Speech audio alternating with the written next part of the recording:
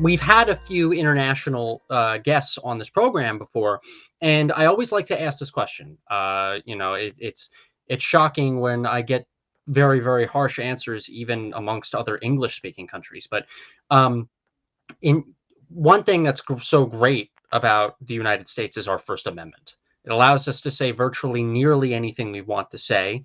We are able to get away with saying some of the most offensive things, but also some of the most correct things in the name of safeguarding our separation between religion and government, our freedoms of speech and expression. So many wonderful things that we have here that other countries, even other countries that proclaim to have a culture and love of free speech and open debate and open dialogue and civilization. Oh, we're civilized here.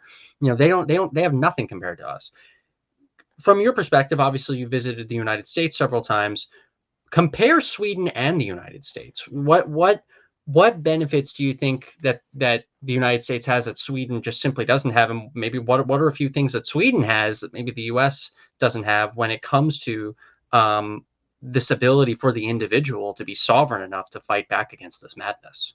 Well, there it is. You said it. Individuality, which comes from your constitution, which comes from the First Amendment, which is freedom of speech.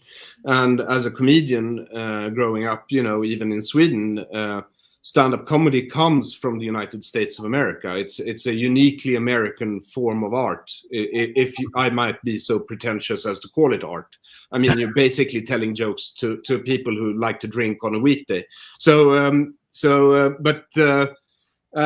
for me, it's an art form, at least. And, it was a struggle for you guys, too, even though you have the First Amendment. Lenny Bruce went through trials to be able to say dirty words. And, I mean, George Carlin's is famous world over for his 7 little words, Yes.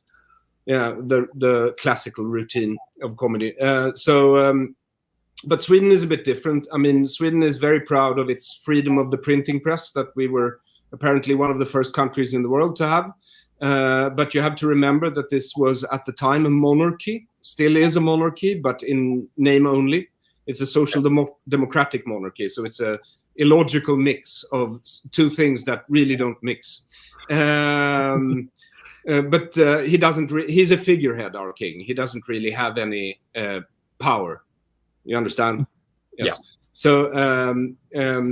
So it was a monarchy. So mainly the freedom of the printing press was a way for the king to keep track of people who had printing presses.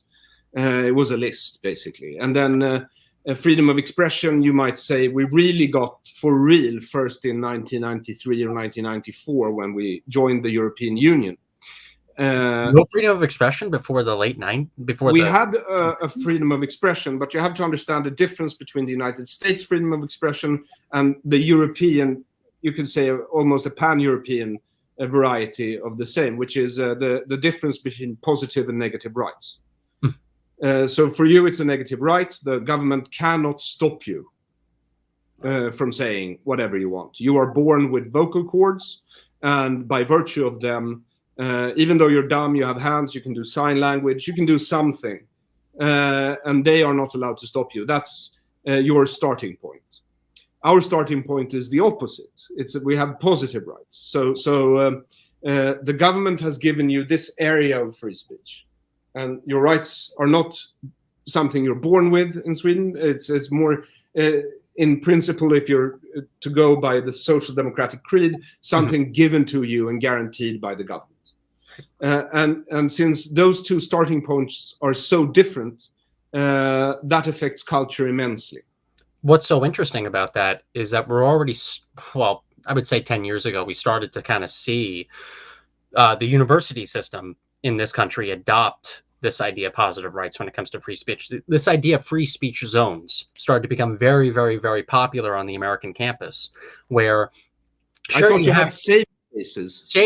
There's safe spaces, and then which basically prevents you from prevents you from saying things that trigger too many people. And then there's these free speech zones where, oh, okay, you can chat about anything you want over here, but it's going to be in this tiny little circle where we're not going to have much student traffic nearby. So if you say anything controversial, we don't get too affected much, but we still get to look super intellectual and super patriotic to get everybody's money still. So I always, it's always good, I feel like, to look to Europe for inspiration, but sometimes I think we face the consequences of that a little too much.